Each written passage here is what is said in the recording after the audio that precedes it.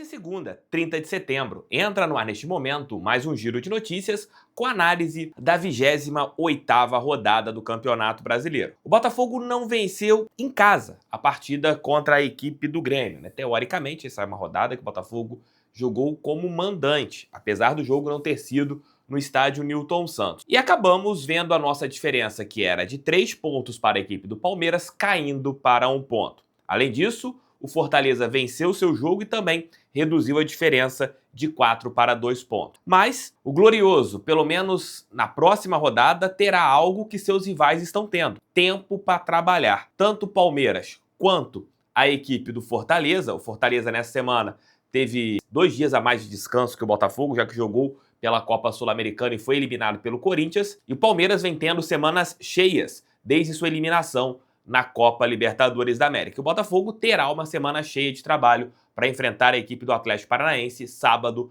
lá na Arena da Baixada. Então, tudo isso a respeito desta rodada, vamos ver a próxima e vamos analisar o Campeonato Brasileiro. Esse nosso vídeo que vai começar agora, claro, após a vinheta.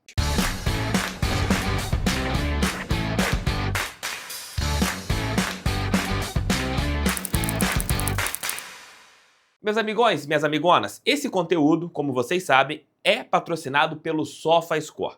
É o principal aplicativo de futebol do planeta Terra em relação à estatística. É de graça, é leve, é o aplicativo que eu uso no meu celular. Vocês podem ver aqui, ó. Enquanto eu estiver falando com vocês, eu estarei olhando o SofaScore. Pela maneira leve que ele é, pela maneira fácil que ele é de você conseguir olhar tudo, né?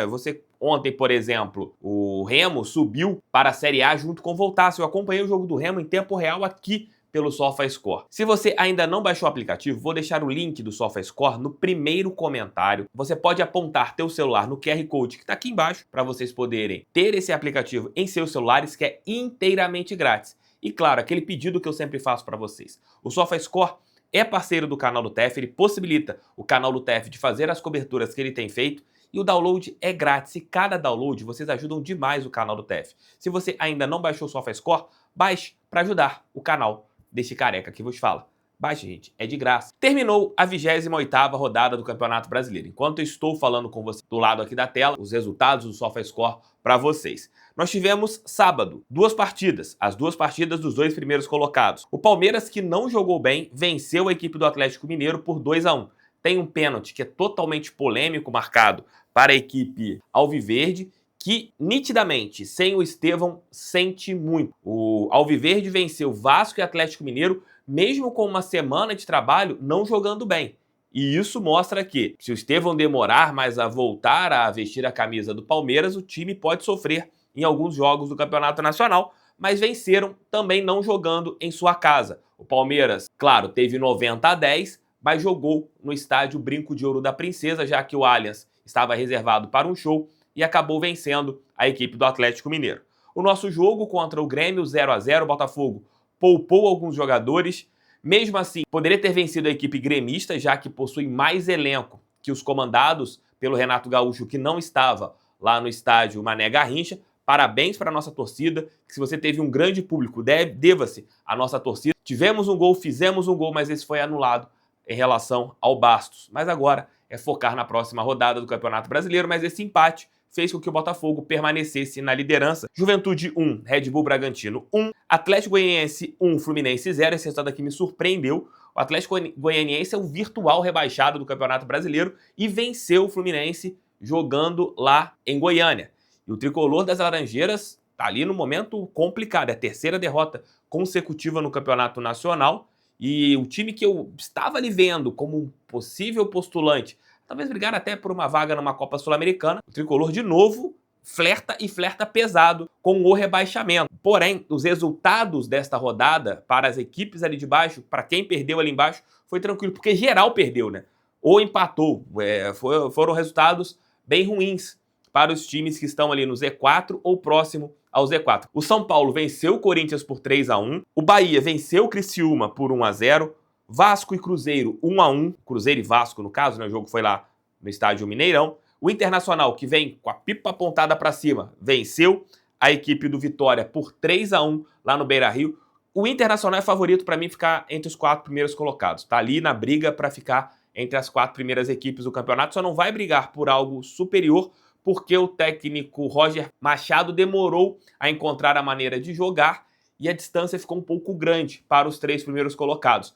Mas o Internacional hoje eu vejo como candidatíssimo a ficar ali entre um dos 4 primeiros colocados. Se alguém de cima der mole, o Inter pode pegar até uma terceira posição, algo do gênero. E fechando a rodada, o Flamengo ontem, no último lance praticamente, jogando muito mal, venceu a equipe do Atlético Paranaense no estádio Mário Filho. Fortaleza venceu o Cuiabá por 1-0. E a vitória do Fortaleza foi ontem também no fórceps, né? Venceu ali, não jogando tão bem, mas venceu a equipe cuiabana.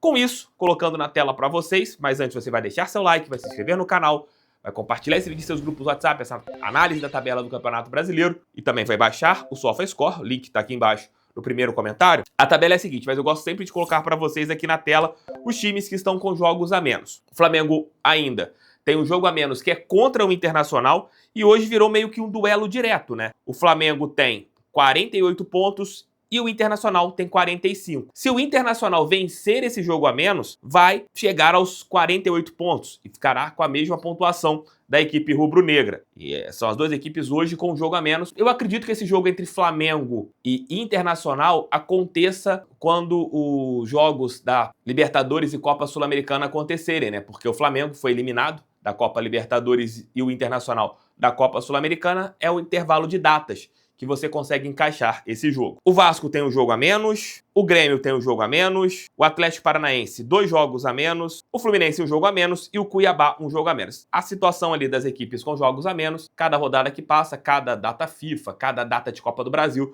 você consegue ajustar. Vamos à classificação do Campeonato Brasileiro. O Botafogo segue líder, com 57 pontos. O Palmeiras está em segundo com 56. O Fortaleza na terceira posição. Foi ruim a gente não ter vencido a equipe do Grêmio para a gente manter uma diferença de 3 pontos. Aquela diferença que era o número de vitórias agora não tem mais. E o saldo de gols da equipe alviverde é 5 a mais do que o Botafogo. Agora é pensar rodada a rodada até o confronto entre os 2 times que acontecerá no final do próximo mês. Fortaleza está ali brigando, é um time que é constante agora somente o Campeonato Brasileiro. É bom você ter cuidado com um bom time do Vojvoda, mas tem um grande X a questão a respeito do Fortaleza.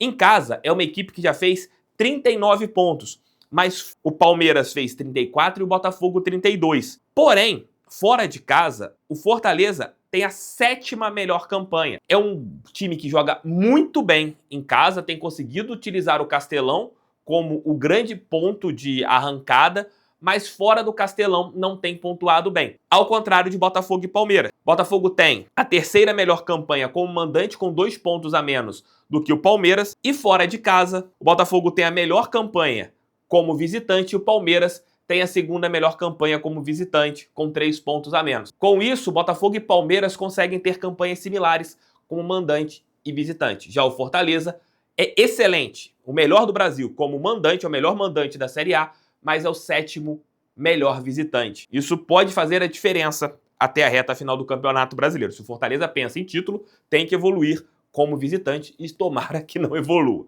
Seguimos, o Flamengo com a vitória de ontem está na 4ª posição com 48, o São Paulo na 5ª posição com 47, o Bahia fecha o G6 do Campeonato Brasileiro com 45. Neste momento temos 2 equipes nordestinas indo para a Libertadores do ano que vem. Muito legal para o futebol brasileiro. Temos 2 paulistas e 2 cariocas. Bacana essa divisão, né, de força no futebol brasileiro.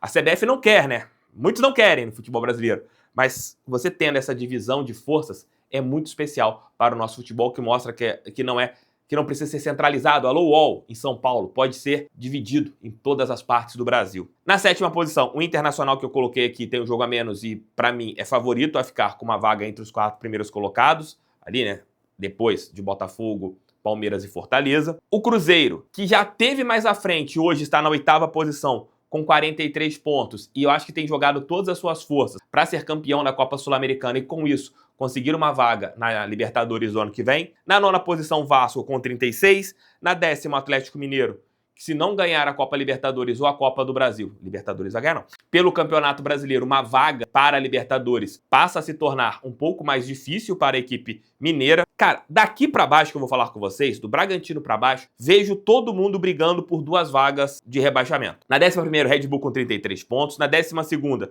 o Juventude também com 33. Na 13ª, o Grêmio com 32. Na 14ª, o Criciúma com 32. Na 15ª, o Atlético Paranaense com 31. Na 16ª, o Vitória com 28. E no Z4 do Campeonato Brasileiro, o Corinthians com 28 pontos. O Fluminense com 27, o Cuiabá com 23 e o Atlético Goianiense com 21. Acredito que Cuiabá e Atlético Goianiense já foram e você tem essa briga do Red Bull para baixo por 2 vagas para caírem para a Série B do Campeonato Brasileiro do ano que vem, onde encontrarão o voltaço aqui da minha cidade. Próxima rodada do Campeonato Brasileiro é uma rodada que está bem dividida a respeito de jogos. Faltam 10 para acabar o Campeonato Nacional. Teremos na quinta-feira, o primeiro jogo da rodada, Criciúma e Atlético Goianiense. No mesmo dia, Fluminense e Cruzeiro, reencontro do Fluminense com Fernando Diniz, hoje atual técnico da equipe cruzeirense. Na sexta-feira, Grêmio e Fortaleza. O dirigente do Grêmio prometeu ali ganhar, né? O Bruno lá, o malandrão. Tomara que ele não tenha sido um leão